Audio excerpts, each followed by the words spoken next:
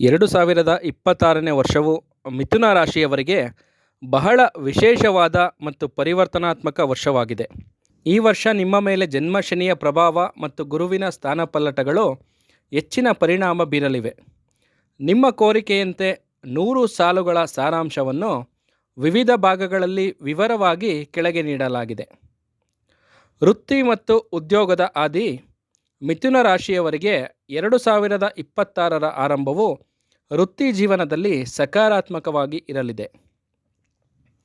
ಶನಿಯು ನಿಮ್ಮ ರಾಶಿಯಿಂದ 10ನೇ ಮನೆಯಲ್ಲಿ ಸಂಚರಿಸುವುದರಿಂದ ಕೆಲಸದಲ್ಲಿ ಹೆಚ್ಚಿನ ಶ್ರಮ ವಹಿಸಬೇಕಾಗುತ್ತದೆ. ಕಠಿಣ ಪರಿಶ್ರಮಕ್ಕೆ ತಕ್ಕ ಪ್ರತಿಫಲವು ವರ್ಷದ ಮಧ್ಯಭಾಗದಲ್ಲಿ ಸಿಗಲಿದೆ. ಹೊಸ ಉದ್ಯೋಗದ ಹುಡುಕಾಟದಲ್ಲಿದ್ದವರಿಗೆ ಫೆಬ್ರವರಿ ಅಥವಾ ಮಾರ್ಚ್ನಲ್ಲಿ ಶುಭ ಸುದ್ದಿ ಸಿಗಲಿದೆ. ಉದ್ಯೋಗದಲ್ಲಿ ನಿಮ್ಮ ಮೇಲಾಧಿಕಾರಿಗಳೊಂದಿಗೆ ಸಣ್ಣ ಪುಟ್ಟ ಭಿನ್ನಾಭಿಪ್ರಾಯಗಳು ಉಂಟಾಗಬಹುದು. ಎಚ್ಚರಿಕೆ ಇರಲಿ. ಸಹೋದ್ಯೋಗಿಗಳ ಸಂಚಿಗೆ ಬಲಿಯಾಗದಂತೆ ನಿಮ್ಮ ಕೆಲಸದ ಮೇಲೆ ಮಾತ್ರ ಗಮನ ಹರಿಸಿ. ಸರ್ಕಾರಿ ಕೆಲಸಕ್ಕಾಗಿ ಪ್ರಯತ್ನಿಸುತ್ತಿರುವವರಿಗೆ ಈ ವರ್ಷ ಉತ್ತಮ ಅವಕಾಶಗಳು ದೊರೆಯಲಿದೆ. ಸಾಫ್ಟ್ವೇರ್ ಮತ್ತು ತಾಂತ್ರಿಕ ಕ್ಷೇತ್ರದಲ್ಲಿರುವವರಿಗೆ ಜೂನ್ ನಂತರ ಬಡ್ತಿ ಸಿಗುವ ಯೋಗವಿದೆ. ಸೃಜನಾತ್ಮಕ ಕ್ಷೇತ್ರದಲ್ಲಿರುವವರಿಗೆ ಅಂದರೆ ಕಲೆ ಸಾಹಿತ್ಯದಲ್ಲಿರುವವರಿಗೆ ಅಪಾರ ಕೀರ್ತಿ ಲಭಿಸಲಿದೆ. ವರ್ಗಾವಣೆಗಾಗಿ ಕಾಯುತ್ತಿರುವವರಿಗೆ ಮನಸ್ಸಿಗೆ ಒಪ್ಪುವ ಸ್ಥಳಕ್ಕೆ ವರ್ಗಾವಣೆ ಆಗುವ ಸಾಧ್ಯತೆ ಇದೆ. ಇನ್ನು ಆರ್ಥಿಕ ಪರಿಸ್ಥಿತಿ ಮತ್ತು ಹಣಕಾಸಿನ ವಿಷಯ ನೋಡೋದಾದರೆ ಆರ್ಥಿಕವಾಗಿ ಈ ವರ್ಷ ಏರಿಳಿತಗಳಿಂದ ಕೂಡಿರುತ್ತದೆ. ವರ್ಷದ ಮೊದಲ 6 ತಿಂಗಳು ಆದಾಯ ಉತ್ತಮ ಆಗಿದ್ದರೂ ಖರ್ಚುಗಳು ಸಹ ಅಷ್ಟೇ ಇರುತ್ತದೆ. ಹಳೆಯ ಸಾಲಗಳನ್ನು ತೀರಿಸಲು ಈ ವರ್ಷ ಹೆಚ್ಚಿನ ಆದ್ಯತೆ ನೀಡಲಿದ್ದೀರಿ. ಅನಗತ್ಯ ಆಡಂಬರದ ಖರ್ಚುಗಳಿಗೆ ಕಡಿವಾಣ ಹಾಕುವುದು ಬಹಳ ಅವಶ್ಯಕ. ಹೂಡಿಕೆ ಮಾಡುವಾಗ ಜಾಗರೂಕರಾಗಿರಿ. ವಿಶೇಷವಾಗಿ ಷೇರು ಮಾರುಕಟ್ಟೆಯಲ್ಲಿ ಹಣ ಹೂಡುವ ಮುನ್ನ ಒಮ್ಮೆ ಯೋಚಿಸಿ.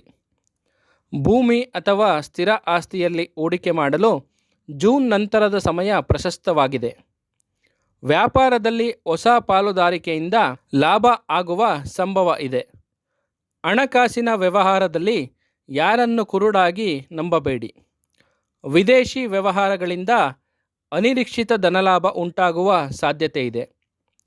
ಬ್ಯಾಂಕ್ ಉಳಿತಾಯವು ಈ ವರ್ಷ ಹೆಚ್ಚಾಗುವ ಲಕ್ಷಣ ಕಂಡುಬರ್ತಾ ಇದೆ. ಶಿಕ್ಷಣ ಮತ್ತು ವಿದ್ಯಾರ್ಥಿಗಳ ಭವಿಷ್ಯ. ವಿದ್ಯಾರ್ಥಿಗಳಿಗೆ ಈ ವರ್ಷವು ಹೆಚ್ಚು ಏಕಾಗ್ರತೆಯಿಂದ ಬಯಸುತ್ತದೆ. ಸ್ಪರ್ಧಾತ್ಮಕ ಪರೀಕ್ಷೆಗಳಿಗೆ ಸಿದ್ಧವಾಗುತ್ತಿರುವವರು ಹೆಚ್ಚಿನ ಶ್ರಮ ಹಾಕಲೇಬೇಕು. ಉನ್ನತ ಶಿಕ್ಷಣಕ್ಕಾಗಿ ವಿದೇಶಕ್ಕೆ ಹೋಗಲು ಬಯಸುವವರಿಗೆ ಜೂನ್ ನಂತರ ದಾರಿ ಸುಗಮವಾಗಲಿದೆ. ಸಂಶೋಧನಾ ವಿದ್ಯಾರ್ಥಿಗಳಿಗೆ ತಮ್ಮ ಪ್ರಬಂಧ ಮಂಡನೆಯಲ್ಲಿ ಯಶಸ್ಸು ಸಿಗಲಿದೆ. ಆಲಸ್ಯವು ನಿಮ್ಮ ಪ್ರಗತಿಗೆ ಅಡ್ಡಿಯಾಗಬಹುದು. ಸಮಯದ ನಿರ್ವಹಣೆ ಮುಖ್ಯ.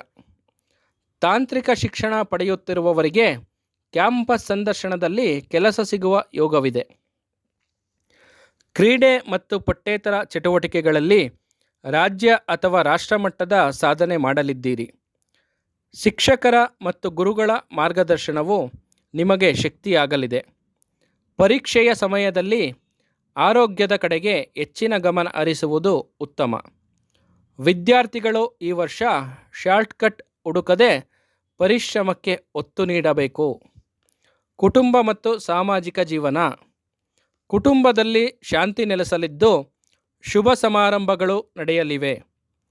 ತಂದೆಯ ಆರೋಗ್ಯದಲ್ಲಿ ಸ್ವಲ್ಪ ಏರುಪೇರಾಗಬಹುದು. ಕಾಳಜಿ ವಹಿಸಿ. ಒಡ ಹುಟ್ಟಿದವರೊಂದಿಗೆ ಆಸ್ತಿ ವಿಚಾರದಲ್ಲಿ ಇದ್ದ ಜಗಳಗಳು ಸುಖಾಂತ್ಯಗೊಳ್ಳಲಿವೆ. ಮನೆಯ ನವೀಕರಣ ಅಥವಾ ಹೊಸ ಮನೆ ಖರೀದಿಸುವ ಯೋಗ ಇದೆ. ಸಂಬಂಧಿಕರೊಂದಿಗೆ ಹಳೆಯ ವೈಮನಸ್ಸುಗಳು ದೂರವಾಗಿ ಬಾಂಧವ್ಯ ವೃದ್ಧಿಯಾಗಲಿದೆ. ಸಮಾಜದಲ್ಲಿ ನಿಮ್ಮ ಗೌರವ ಮತ್ತು ಪ್ರಭಾವ ಹೆಚ್ಚಾಗಲಿದೆ. ಧಾರ್ಮಿಕ ಪ್ರವಾಸ ಅಥವಾ ತೀರ್ಥಯಾತ್ರೆ ಕೈಗೊಳ್ಳುವ ಸಾಧ್ಯತೆ ಇದೆ. ಸ್ನೇಹಿತರ ಕಡೆಯಿಂದ ನಿಮಗೆ ದೊಡ್ಡ ಮಟ್ಟದ ಸಹಾಯ ದೊರೆಯಲಿದೆ. ಸಾರ್ವಜನಿಕ ಜೀವನದಲ್ಲಿ ಇರುವವರಿಗೆ ಹೆಚ್ಚಿನ ಜನ ಮನ್ನಣೆ ಸಿಗಲಿದೆ. ನಿಮ್ಮ ಮಾತಿನ ಚಾತುರ್ಯದಿಂದ ಅನೇಕ ಸಮಸ್ಯೆಗಳನ್ನು ಪರಿಹರಿಸಿಕೊಳ್ಳಲಿದ್ದೀರಿ. ಇನ್ನು ಪ್ರೀತಿ ಮತ್ತು ವೈವಾಹಿಕ ಜೀವನದ ಬಗ್ಗೆ ತಿಳ್ಕೊಳ್ಳೋದಾದರೆ, ಪ್ರೇಮಿಗಳಿಗೆ ಈ ವರ್ಷವು ಮಧುರವಾಗಿರಲಿದೆ. ಮನೆಯವರ ಒಪ್ಪಿಗೆಯೊಂದಿಗೆ ಪ್ರೇಮ ವಿವಾಹ ಆಗುವ ಸಂಭವ ದಟ್ಟವಾಗಿದೆ. ದಾಂಪತ್ಯ ಜೀವನದಲ್ಲಿ ಸಂಗಾತಿಯೊಂದಿಗೆ ಸಣ್ಣ ಪುಟ್ಟ ಮೌನ ಸಂಘರ್ಷಗಳಿರಬಹುದು. ಸಂವಹನದ ಮೂಲಕ ಸಮಸ್ಯೆಗಳನ್ನು ಬಗೆಹರಿಸಿಕೊಳ್ಳುವುದು ಉತ್ತಮ. ಅವಿವಾಹಿತರಿಗೆ ಜೂನ್ ನಂತರ ಕಂಕಣ ಭಾಗ್ಯ ಕೂಡಿಬರಲಿದೆ. ಸಂಗಾತಿಯ ಪ್ರಗತಿಯು ನಿಮಗೆ ಹೆಮ್ಮೆ ತರಲಿದೆ. ಹಳೆಯ ಗೆಳೆಯ ಅಥವಾ ಗೆಳತಿಯನ್ನು ಈ ವರ್ಷ ಭೇಟಿಯಾಗುವ ಸಾಧ್ಯತೆ ಇದೆ. ವಿವಾಹಿತ ದಂಪತಿಗಳಿಗೆ ಸಂತಾನ ಭಾಗ್ಯದ ಯೋಗವಿದೆ. ಪ್ರೀತಿಯಲ್ಲಿ ನಂಬಿಕೆ ಮುಖ್ಯ. ಸಂಶಯಕ್ಕೆ ಎಡೆ ಮಾಡಿಕೊಡಬೇಡಿ. ಸಂಗಾತಿಯೊಂದಿಗೆ ದೂರದ ಪ್ರಯಾಣ ಬೆಳೆಸುವ ಯೋಗವಿದೆ. ಇನ್ನು ಆರೋಗ್ಯ ಮತ್ತು ವ್ಯಕ್ತಿತ್ವ. ಆರೋಗ್ಯದ ವಿಷಯದಲ್ಲಿ ಮಿಶ್ರ ಫಲಗಳು ಕಂಡುಬರುತ್ತಿವೆ. ನರಗಳಿಗೆ ಸಂಬಂಧಿಸಿದ ಸಮಸ್ಯೆ ಅಥವಾ ಬೆನ್ನು ನೋವು ಕಾಡಬಹುದು. ಮಾನಸಿಕ ಒತ್ತಡವನ್ನು ಕಡಿಮೆ ಮಾಡಲು ಧ್ಯಾನ ಮತ್ತು ಪ್ರಾಣಾಯಾಮ ಮಾಡಿ. ಹೊರಗಿನ ಆಹಾರ ಸೇವನೆಯಿಂದ ಜೀರ್ಣಕ್ರಿಯೆಯಲ್ಲಿ ಏರುಪೇರಾಗಬಹುದು. ಅತಿಯಾದ ಕೆಲಸ ಒತ್ತಡದಿಂದಾಗಿ ನಿದ್ರಾಹೀನತೆ ಉಂಟಾಗುವ ಸಂಭವ ಇದೆ. ಕಾಲಕಾಲಕ್ಕೆ ವೈದ್ಯಕೀಯ ತಪಾಸಣೆ ಮಾಡಿಕೊಳ್ಳುವುದು ಉತ್ತಮ. ವಾಹನ ಚಾಲನೆ ಮಾಡುವಾಗ ಬಹಳ ಎಚ್ಚರಿಕೆಯಿಂದ ಇರಬೇಕು. ವರ್ಷದ ಅಂತ್ಯದ ವೇಳೆಗೆ ಆರೋಗ್ಯದಲ್ಲಿ ಗಮನಾರ್ಹ ಸುಧಾರಣೆ ಕಂಡುಬರುತ್ತದೆ. ಕಣ್ಣಿನ ಸಮಸ್ಯೆ ಇರುವವರು ನಿರ್ಲಕ್ಷ್ಯ ಮಾಡಬೇಡಿ. ಹಿರಿಯರ ಆರೋಗ್ಯದ ಮೇಲೆ ಹೆಚ್ಚಿನ ಹಣ ಖರ್ಚಾಗುವ ಸಾಧ್ಯತೆ ಇದೆ. ಇನ್ನು ಗ್ರಹಗಳ ಸಂಚಾರ ಮತ್ತು ಅದರ ಪರಿಣಾಮ ಏನು ಅಂತ ನೋಡೋದಾದರೆ, ಈ ವರ್ಷ ಗುರುವು ನಿಮ್ಮ ರಾಶಿಯಿಂದ 4ನೇ ಮನೆಗೆ ಪ್ರವೇಶ ಪಡಿತಾನೆ. ಇದು ಸುಖ, ನೆಮ್ಮದಿ ಮತ್ತು ವಾಹನ ಯೋಗವನ್ನು ನೀಡುತ್ತದೆ. ಶನಿಯ ಸಂಚಾರವು 10ನೇ ಮನೆಯಲ್ಲಿ ಇರುವುದರಿಂದ ಉದ್ಯೋಗದಲ್ಲಿ ಸ್ಥಿರತೆ ತರುತ್ತಾನೆ. ರಾಹು 11ನೇ ಮನೆಯಲ್ಲಿ ಇರುವುದು ಅನಿರೀಕ್ಷಿತ ಹಣದ ಲಾಭ ತರಲಿದೆ. ಕೇತು 5ನೇ ಮನೆಯಲ್ಲಿ ಇರುವುದರಿಂದ ಮಕ್ಕಳ ವಿಷಯದಲ್ಲಿ ಸ್ವಲ್ಪ ಚಿಂತೆ ಇರಬಹುದು. ಮಂಗಳನ ಸಂಚಾರವು ಆಗಾಗ ಕೋಪವನ್ನು ಹೆಚ್ಚಿಸಬಹುದು. ಸಂಯಮದಿಂದ ಇರಿ. ಶುಕ್ರನ ಶುಭ ದೃಷ್ಟಿಯಿಂದಾಗಿ ನಿಮ್ಮ ಆಕರ್ಷಣೆ ಹೆಚ್ಚಾಗಲಿದೆ. ಬುಧನ ಚಲನೆಯು ನಿಮ್ಮ ಬುದ್ಧಿವಂತಿಕೆಯನ್ನು ಚುರುಕುಗೊಳಿಸುತ್ತದೆ. ಗ್ರಹಗಳ ಬಲದಿಂದಾಗಿ ನಿಮ್ಮ ಯೋಜನೆಗಳು ಯಶಸ್ವಿ ಆಗಲಿದೆ.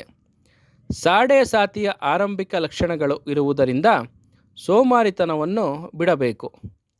ಇನ್ನು ವ್ಯಾಪಾರ ಮತ್ತು ವ್ಯವಹಾರದ ಬಗ್ಗೆ ಗಮನ ನೀಡೋದಾದರೆ, ಹೊಸ ಉದ್ಯಮ ಆರಂಭಿಸಲು ಬಯಸುವವರಿಗೆ ಮೇ ತಿಂಗಳ ನಂತರ ಅನುಕೂಲ ಆಗತ್ತೆ. ರಫ್ತು ಮತ್ತು ಆಮದು ವ್ಯವಹಾರದಲ್ಲಿ ಹೆಚ್ಚಿನ ಲಾಭ ನಿರೀಕ್ಷಿಸಬಹುದು.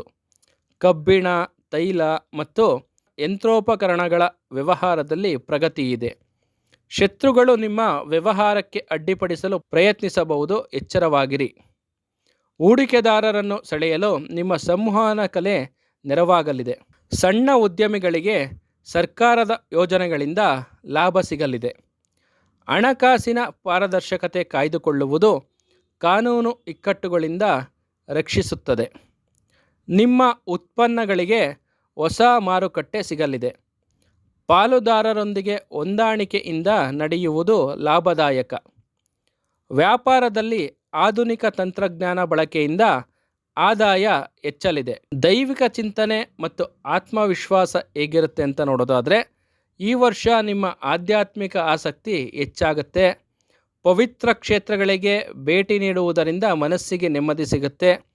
ದಾನ ಧರ್ಮ ಮಾಡುವುದರಿಂದ ಮಾನಸಿಕ ಶಾಂತಿ ಲಭಿಸುತ್ತೆ. ಎಂತಹ ಕಷ್ಟದ ಸಂದರ್ಭದಲ್ಲೂ ಕೂಡ ನಿಮ್ಮ ಆತ್ಮವಿಶ್ವಾಸ ಕುಗ್ಗುವುದಿಲ್ಲ. ಸವಾಲುಗಳನ್ನು ಎದುರಿಸುವ ಧೈರ್ಯ ನಿಮಗೆ ಬರುತ್ತೆ. ಈ ವರ್ಷ ನಿಮ್ಮ ಜ್ಞಾನಾರ್ಜನೆಗೆ ಹೆಚ್ಚಿನ ಸಮಯ ಮೀಸಲನ್ನು ಇಡ್ತೀರಿ. ಸಮಾಜ ಸೇವೆಯಲ್ಲಿ ತೊಡಗಿಸಿಕೊಳ್ಳಲು ಆಸಕ್ತಿ ತೋರುತ್ತೀರಿ. ನಿಮ್ಮ ಸಕಾರಾತ್ಮಕ ಚಿಂತನೆಗಳು ಇತರರಿಗೆ ಸ್ಫೂರ್ತಿ ಕೂಡ ಆಗುತ್ತೆ. ಯೋಗ ಮತ್ತು ಆಧ್ಯಾತ್ಮಿಕ ಗುರುಗಳ ಸಂಪರ್ಕ ದೊರೆಯಬಹುದು.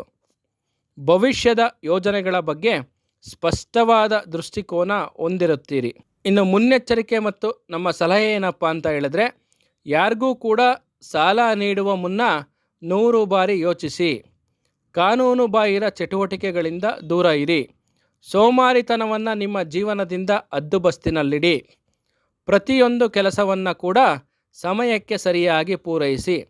ಅತಿಯಾದ ಆತ್ಮವಿಶ್ವಾಸ ಒಮ್ಮೊಮ್ಮೆ ಮುಳುವಾಗಬಹುದು. ಪ್ರತಿ ಶನಿವಾರ ಶನಿ ದೇವಸ್ಥಾನಕ್ಕೆ ಭೇಟಿ ನೀಡಿ ಎಳ್ಳೆಣ್ಣೆ ದೀಪ ಹಚ್ಚಿ. ಹಸಿರು ಬಣ್ಣದ ಬಟ್ಟೆಗಳನ್ನು ಧರಿಸುವುದು ನಿಮಗೆ ಅದೃಷ್ಟ ತರಲಿದೆ. ಪ್ರತಿ ಬುಧವಾರ ಗಣಪತಿಗೆ ದೂರ್ವೆ ಅರ್ಪಿಸಿ ಪೂಜೆ ಮಾಡಿ.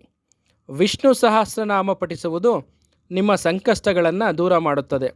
ಒಟ್ಟಾರೆಯಾಗಿ 2026 ನಿಮ್ಮ ಶ್ರಮಕ್ಕೆ ತಕ್ಕಂತೆ ಭಾಗ್ಯವನ್ನು ತಂದುಕೊಡುವ ವರ್ಷವಾಗಲಿದೆ. ಇನ್ನು ಶುಭ ಸೂಚನೆ ಏನಪ್ಪ ಅಂತ ಹೇಳಿದ್ರೆ, ನಿಮ್ಮ ಜನ್ಮ ಕುಂಡಲಿಯಲ್ಲಿನ ಗ್ರಹಗಳ ಬಲಕ್ಕೆ ಅನುಗುಣವಾಗಿ ಈ ಫಲಗಳು ವ್ಯತ್ಯಾಸ ಆಗಬಹುದು.